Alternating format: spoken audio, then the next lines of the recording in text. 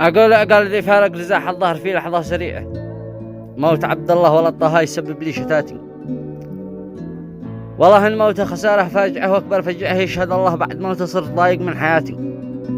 راح ذي كان رجل نشمي وما هو الخديعة، بعد موته ضاعت أحلامي مع كل أمنياتي. كان طب القلب والروح العليلة والوجيعة، كان دايم قدوتي فيها اقتدي في كل ذاتي.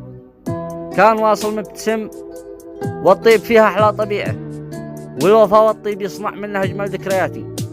وإن حضر موقف يجمل بين خلق الله صنيعه، وإن حضر موقف يجمل بين خلق الله صنيعه، موقفه بالعز ثابت كالحيود النايفاتي. بعد عبد الله علينا ضاقت الأرض الوسيعة، والحزن والضيق حاصرني ومن كل الجهات. آحني حنيت من فرق الرجاجيل الرفيعة، ذي بفرقاهم تذوقت الوجع فيني كفاتي، ذي بفرقاهم تذوقت الوجع فيني كفاتي وسلامتكم.